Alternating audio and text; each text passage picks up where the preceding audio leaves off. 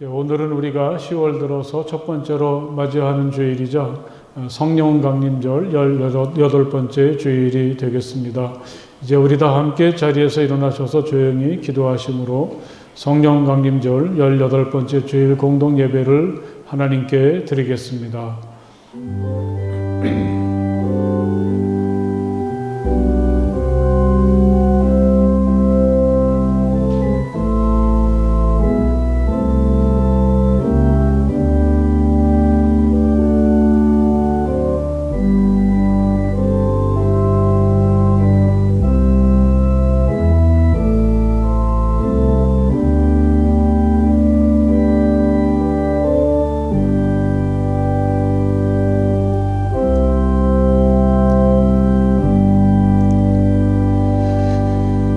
가장 높으신 하나님, 주님께 감사를 드리며 주님 이름을 노래하는 것이 좋습니다.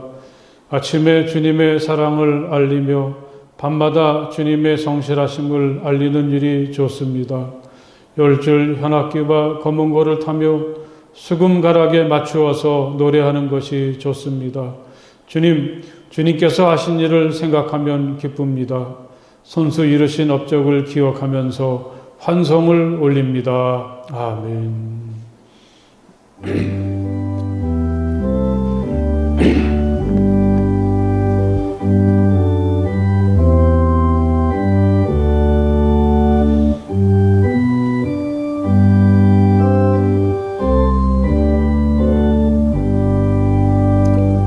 전능왕 오셔서 주 이름 찬송케 하옵소서. 영광과 권능의 성부여 오셔서 우리를 다스려 주옵소서. 강생한 성자여 오셔서 기도를 들으소서. 택하신 백성들 복 내려 주시고 거룩한 마음을 주옵소서. 위로의 주 성령 오셔서 큰 증거 주옵소서. 전능한 주시여 떠나지 마시고 계십소서. 성삼위일체께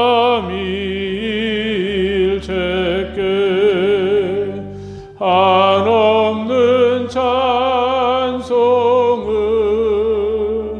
드립니다. 존귀한 주님을 영광 중배웠고 영원히 모시게 하옵소서.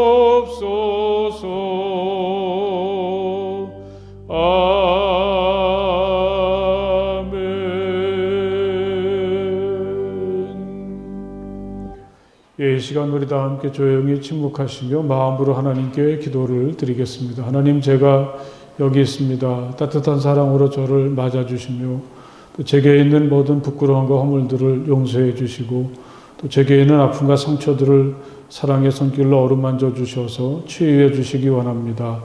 우리 조용히 침묵하시며 하나님 앞에 간절히 기도하시겠습니다.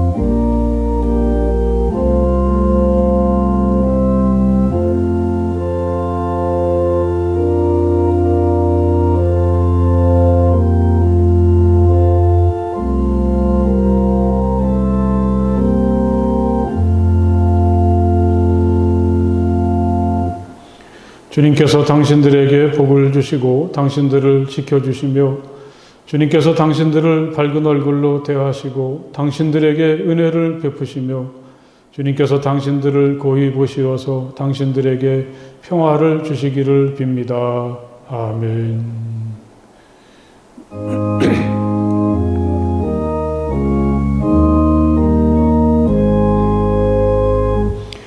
만복의 근원 하나님 온 백성 찬송 드리고 저 천사여 찬송하세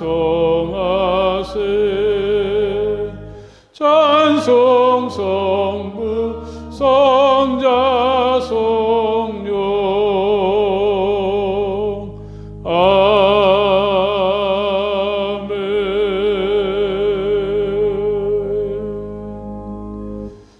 하나님 아버지, 오늘 이 시간 다시 모여 하나님께 예배드리게 하시니 감사합니다. 코로나19 감염병으로 전 세계와 우리나라의 온 국민이 힘들어하고 있습니다. 하루빨리 코로나 감염병이 치유되고 모든 성도들이 함께 모여 예배드리고 사랑의 교제를 나눌 수 있도록 인도해 주세요. 이 시간 예배 가운데 주님의 축복이 임하여 주시고 하나님의 말씀이 목사님을 통해 대언될 때에 말씀이 살아 역사하시어 예배당과 가정 어느 곳에 있던지 예배 가운데 주님의 축복과 은혜가 넘치게 해 주시옵소서. 성도님들 가운데 어려움과 질병으로 힘들어하시는 분들도 계십니다. 주님이 치유의 손길로 만져주시고 치유함과 평안함을 얻게 해 주시옵소서. 오늘 예배 가운데 주님의 축복이 임하여 주시옵소서.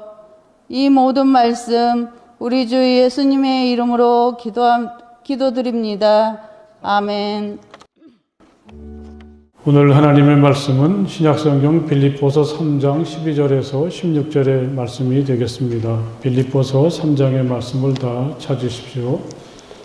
빌립보서 3장 12절에서 16절의 말씀입니다. 이제 제가 봉독하겠습니다. 나는 이것을 이미 얻은 것도 아니며 이미 목표점에 다다른 것도 아닙니다. 그리스도 예수께서 나를 사로잡으셨으므로 나는 그것을 붙들려고 쫓아가고 있습니다. 형제자매 여러분, 나는 아직 그것을 붙들었다고 생각하지 않습니다. 내가 하는 일은 오직 한 가지입니다. 뒤에 있는 것은 잊어버리고 앞에 있는 것을 향하여 몸을 내밀면서 그리스도 예수 안에서 하나님께서 위로부터 부르신 그 부르심의 상을 받으려고 목표점을 바라보고 달려가고 있습니다. 그러므로 누구든지 성숙한 사람은 이와 같이 생각하십시오.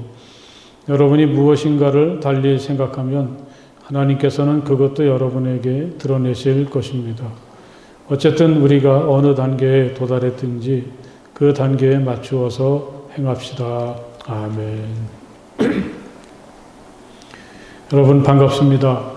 휴가 같기도 하고 명절 같았던 한 주간을 보내고 다시 주님 앞에 나와서 예배하는 우리 성함의 모든 가족들, 이곳에 오신 성도님들, 또 가정에서 예배드리는 우리 모두에게 하늘의 평화가 넘치도록 임하시기를 간절히 바랍니다.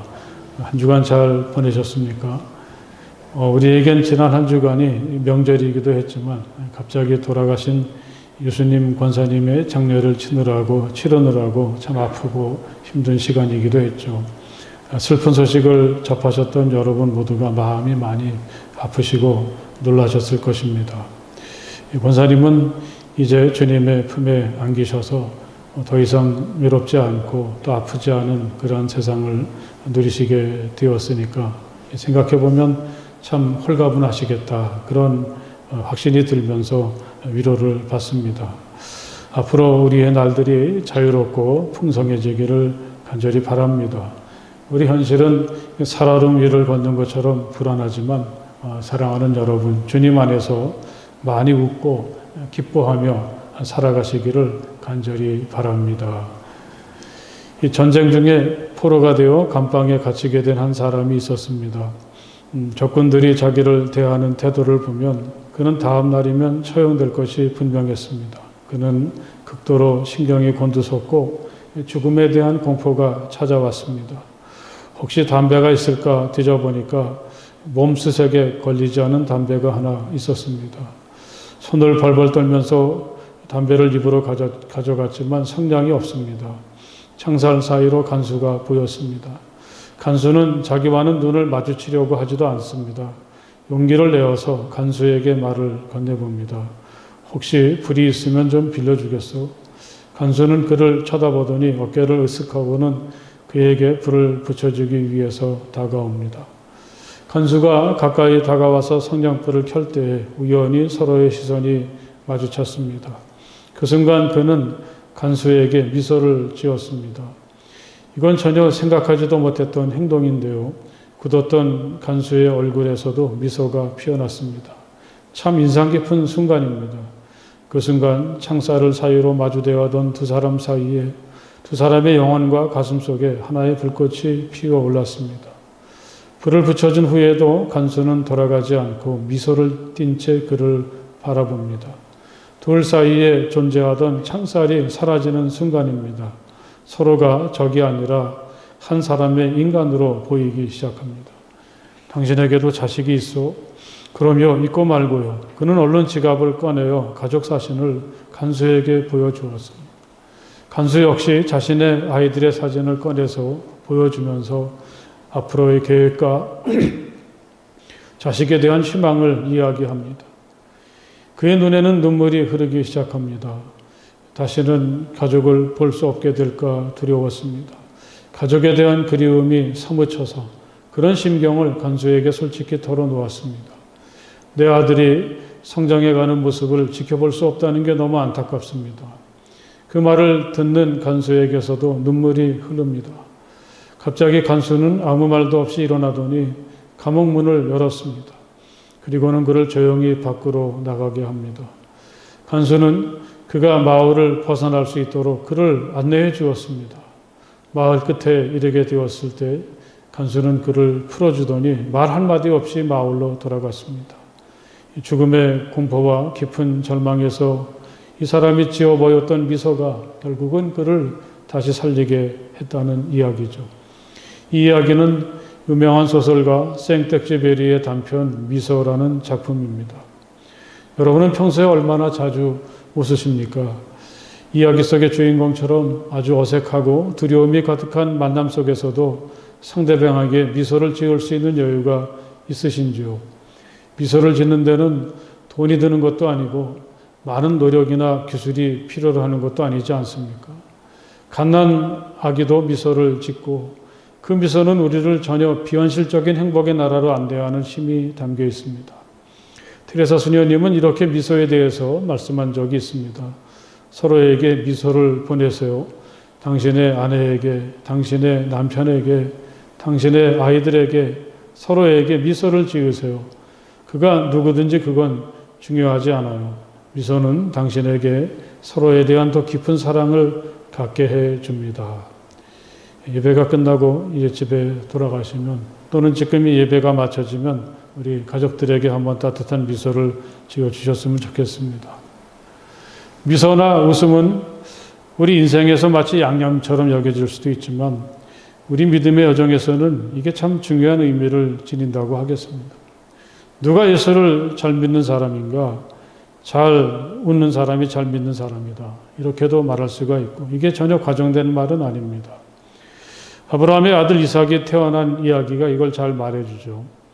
이삭은 하나님의 계획 속에서도 그렇고 아브라함 개인에게서도 정말 중요한 인물이 아닙니까? 그토록 소중한 인물인 이삭이 가진 뜻은 그가 웃다. 웃음이란 말이죠. 웃음도 여러 종류가 있지 않습니까? 이 이삭에게 얽힌 웃음은 처음에는 비웃음이라고 하겠습니다. 아브라함의 나이가 99이었을 때 하나님은 그에게 찾아오셔서 아들을 낳을 것이라고 하셨지만 아브라함도 그렇고 사라도 그렇고 그 하나님의 약속을 진지하게 받아들일 수가 없었습니다. 이제 너무 늦었다고 판단을 한 거죠. 특히 사라는 웃었다고 하나님께 혼이 나기도 했습니다. 아마 이때 사라의 웃음은 비웃음일 수가 있겠죠. 어이없을 때 웃는 웃음일 수도 있습니다. 그런데 마침내 하나님은 그런 매겁고 슬픔 가득한 웃음을 기쁜 웃음으로 바꾸어 주십니다. 이삭을 낳은 후에 사라는 비로소 기쁨의 웃음을 웃게 되죠. 하나님이 나에게 웃음을 주셨구나. 나와 같은 늙은이가 아들을 낳았다고 하면 듣는 사람마다 나처럼 웃지 않을 수 없겠지. 하나님은 이렇게 우리를 웃게 하십니다. 살다 보면 우리는 웃음을 잃어버리기도 하고 웃기는 해도 속으로는 울고 있을 때가 참 많죠. 사라처럼 말입니다.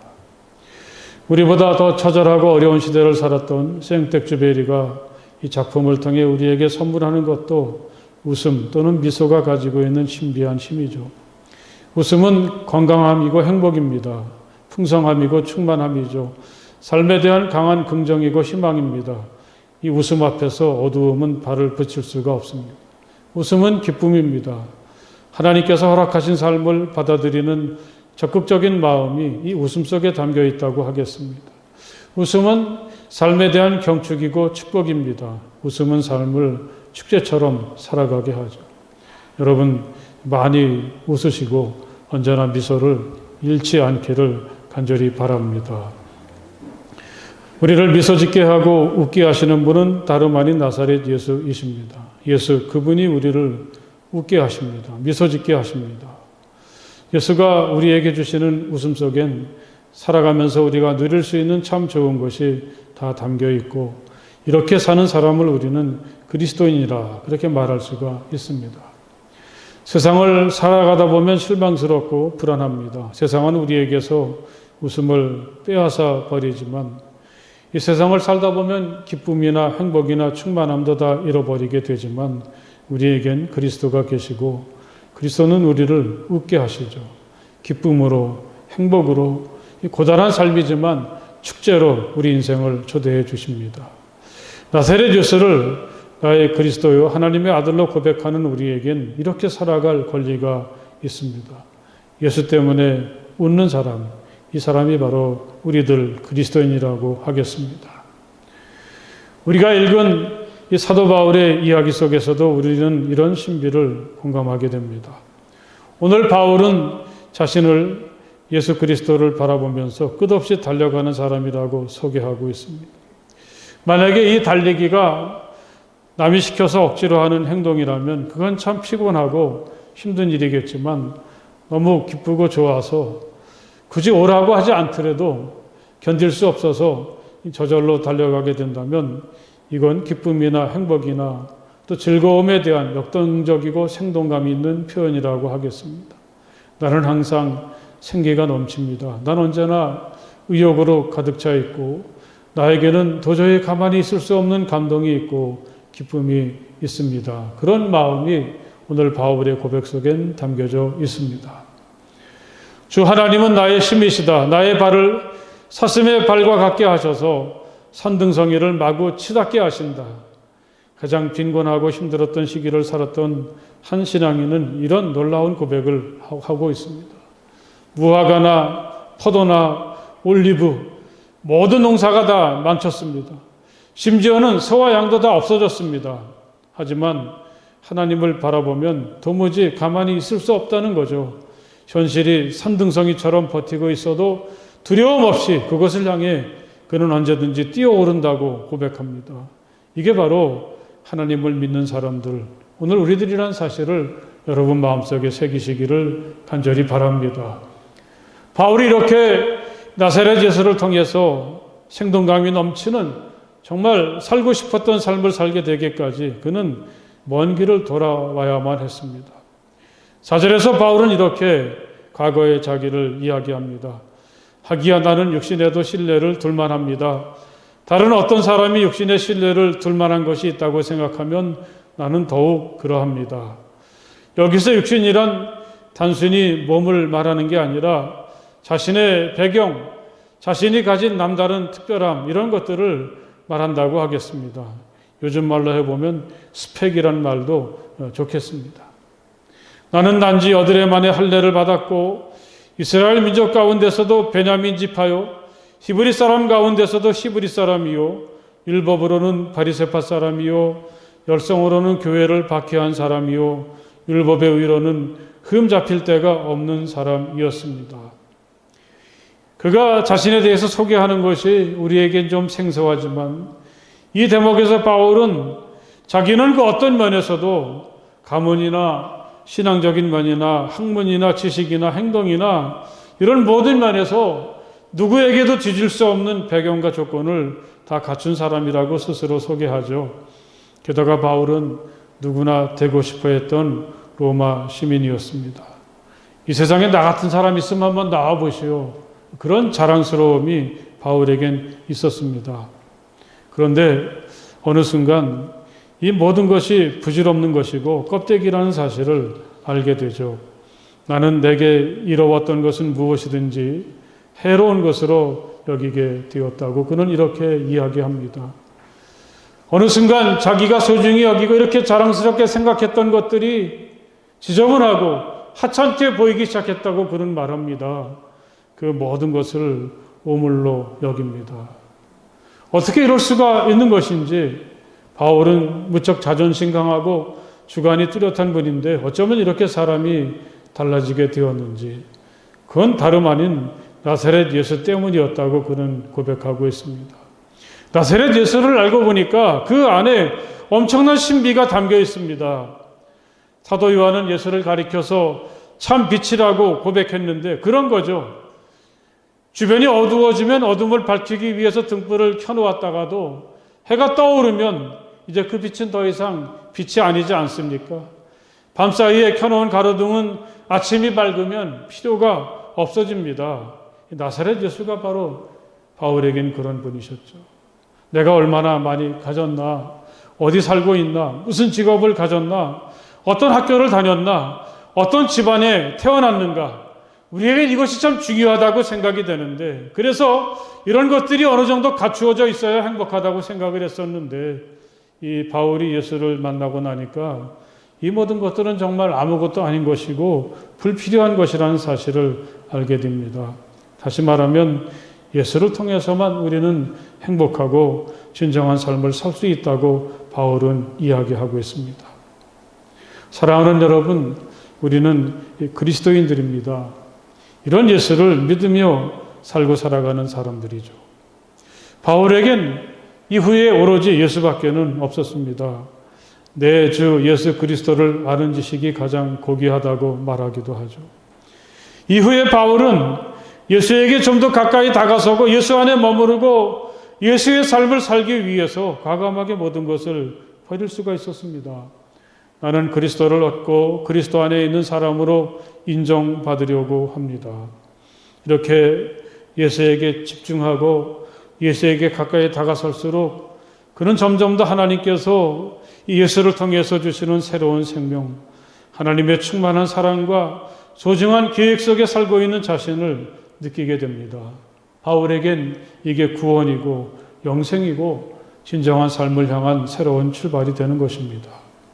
그래서 이 그리스도를 통해서 구원받고 새로운 삶을 살게 된 바울은 이제 자신을 그리스도를 바라보면서 달려가는 사람이라고 고백을 합니다. 나는 이것을 이미 얻은 것도 아니며 이미 목표점에 다다른 것도 아닙니다. 그리스도 예수께서 나를 사로잡으셨으므로 나는 그것을 붙들려고 쫓아가고 있습니다. 12절에서 바울은 이렇게 자신의 달라진 삶을 소개합니다.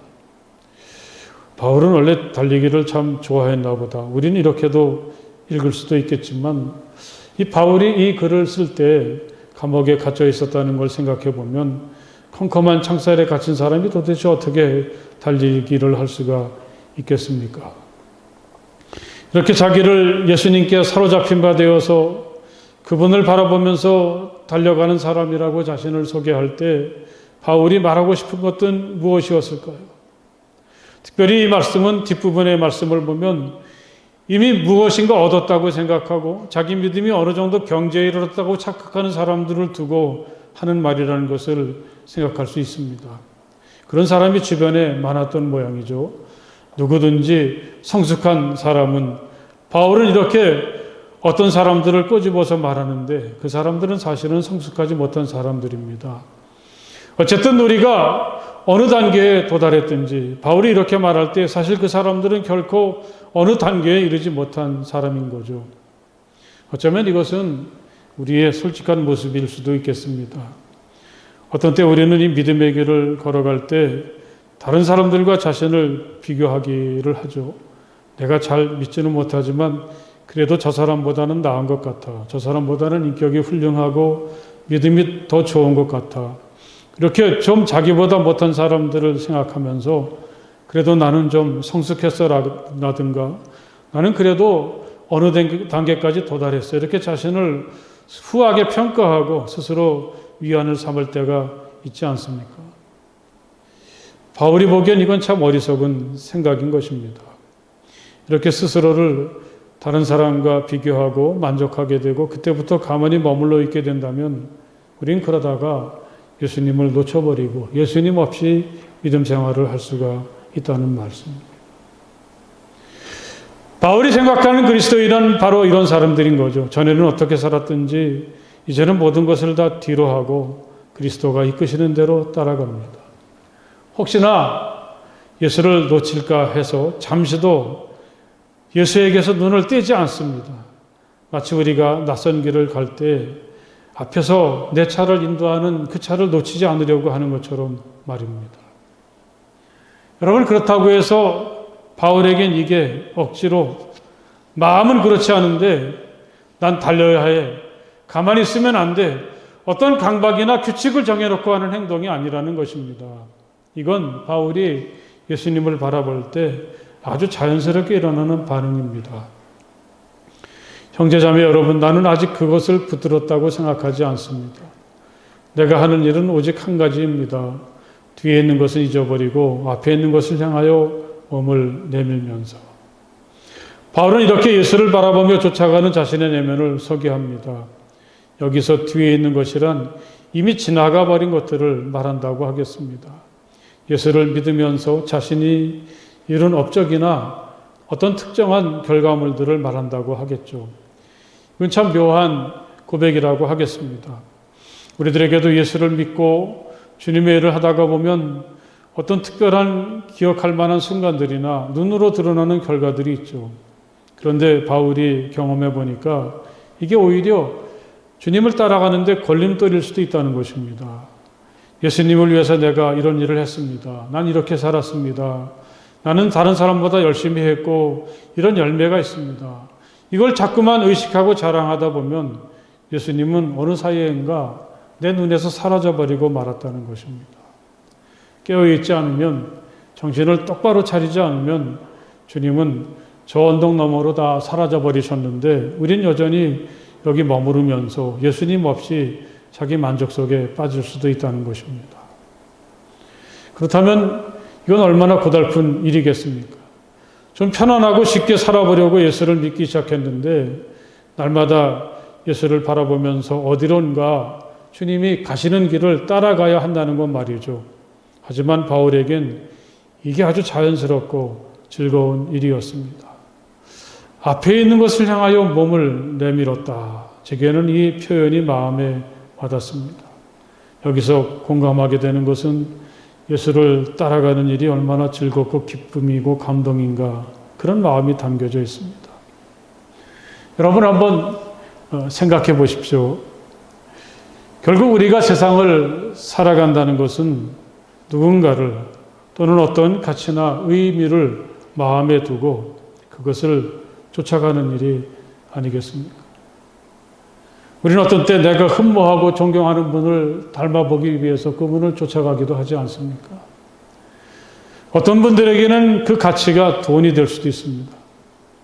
어떤 분들에겐 그게 세상에서의 즐거움일 수도 있죠. 어떤 분들에겐 그게 세상에서의 권력이나 힘일 수도 있습니다.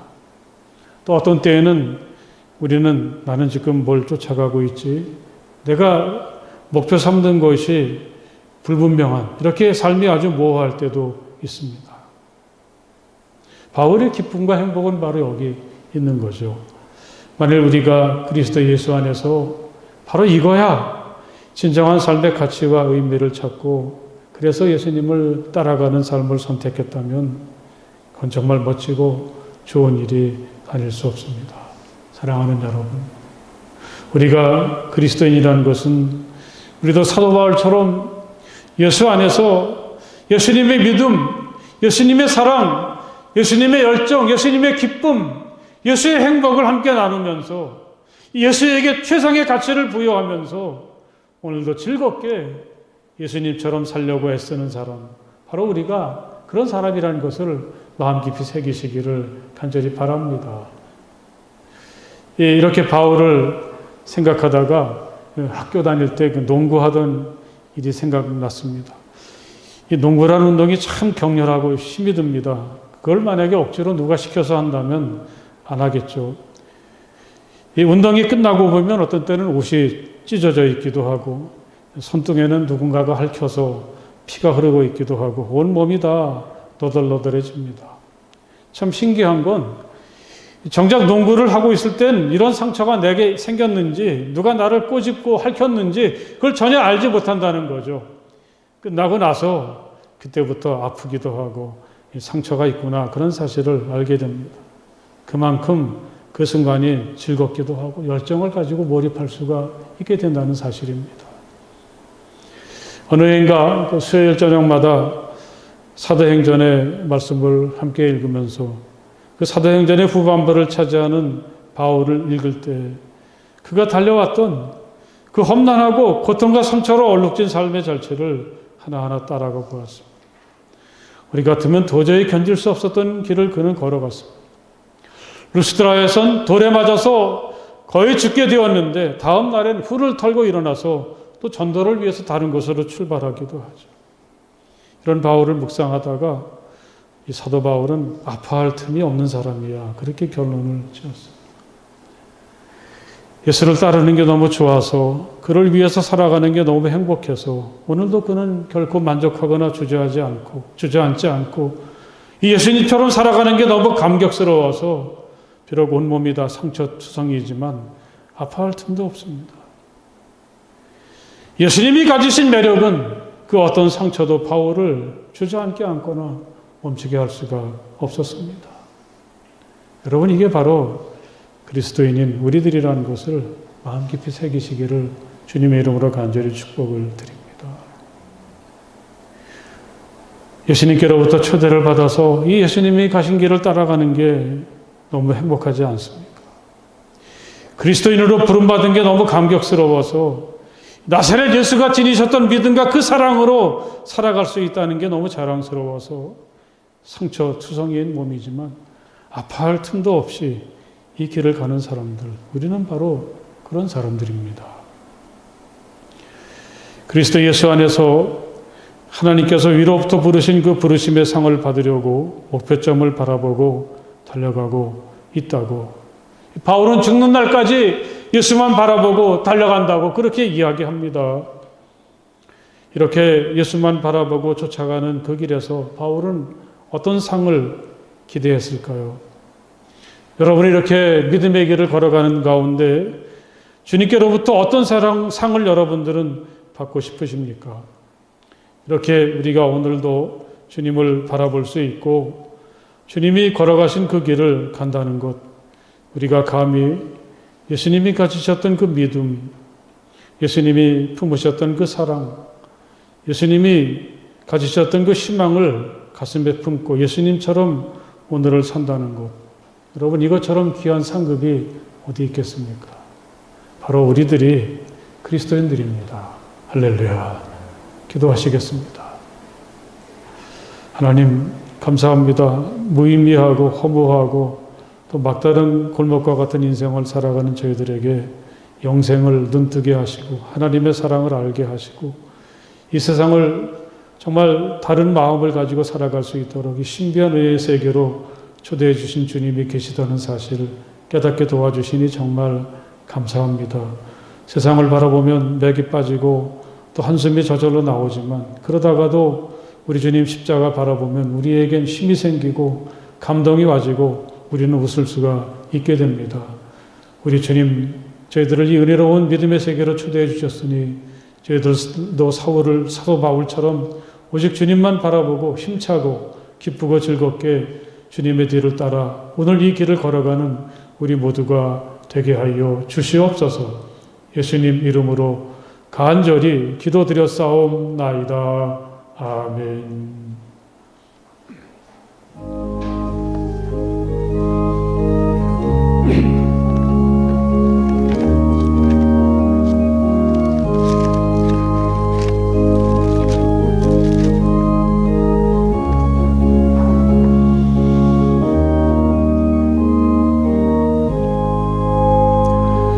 내가 매일 기쁘게 순례길 행함은 주의 팔이 나를 안보함이요. 내가 주의 큰 복을 받는 참된 비결은 주의 영이 함께함이라. 성령이 계시네 할렐루야 함께하시네. 좁은 길을 걸으며 밤낮 기뻐하는 것 주의 영이 함께함이라.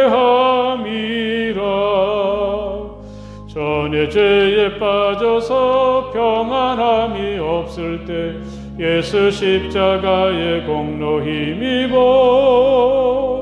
그 발 아래 엎드려 참된 평화 얻음은 주의 영이 함께함이라. 성령이 계시네 할렐루야 함께하시네. 좁은 길을 걸으며 밤낮 기뻐하는 것 주의 영이 함께함이라.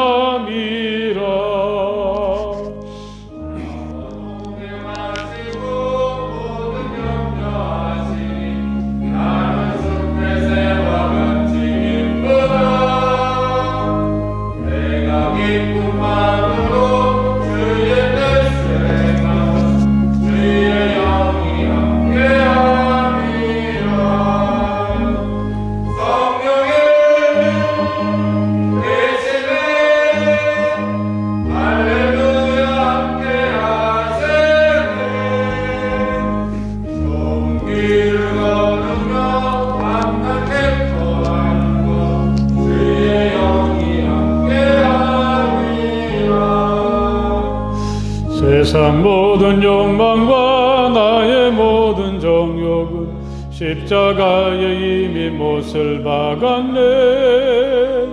어두운 밤이 지나고 무거운 짐 벗으니 주의 영이 함께함이라. 성령이 계시네 하시네. 좁은 길을 걸으며 밤낮 기뻐하는 것 주의 영이 함께함이라.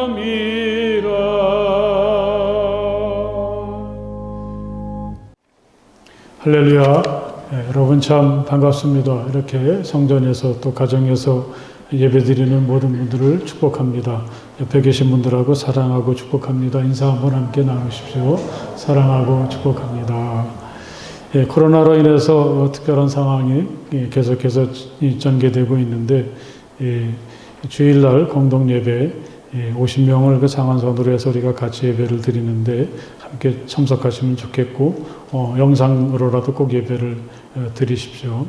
또 우리 어린이들에게는 계속해서 카톡으로 예배 영상이 전송되고 있으니까 아이들에게 보여주시고 같이 예배 드릴 수 있도록 하시기 바랍니다.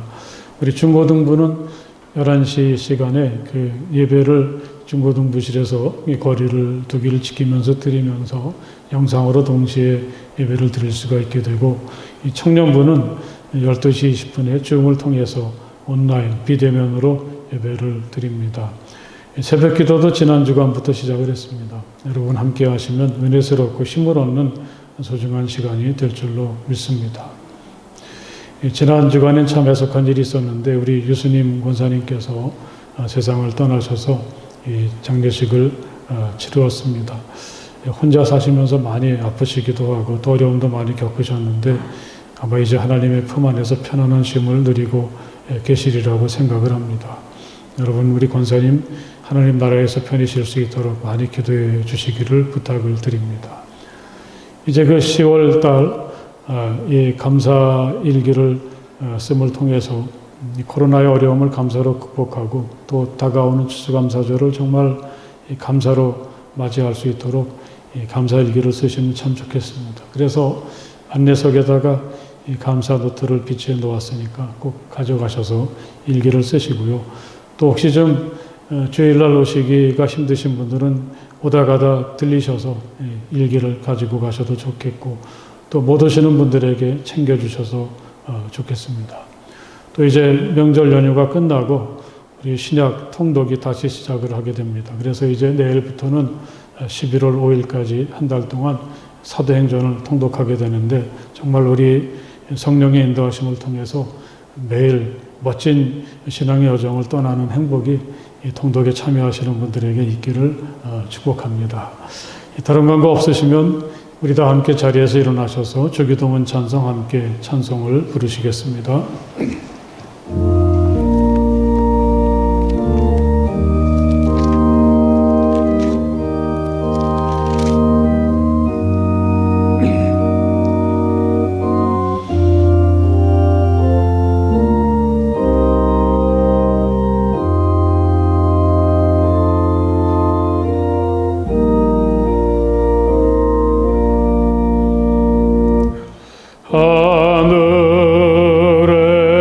하늘에 계신 아버지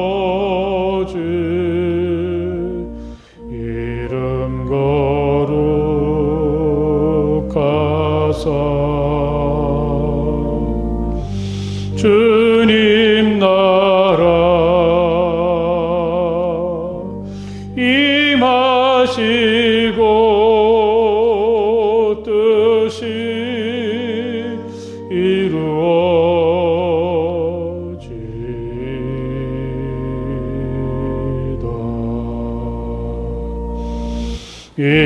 일용할 양식 주시고 우리들의 큰 죄 다 용서하옵시고 또 시험에 들게 마시고 악에서 구원하소서. 대개 주의 나라 주의 권세 주의 영광 영원히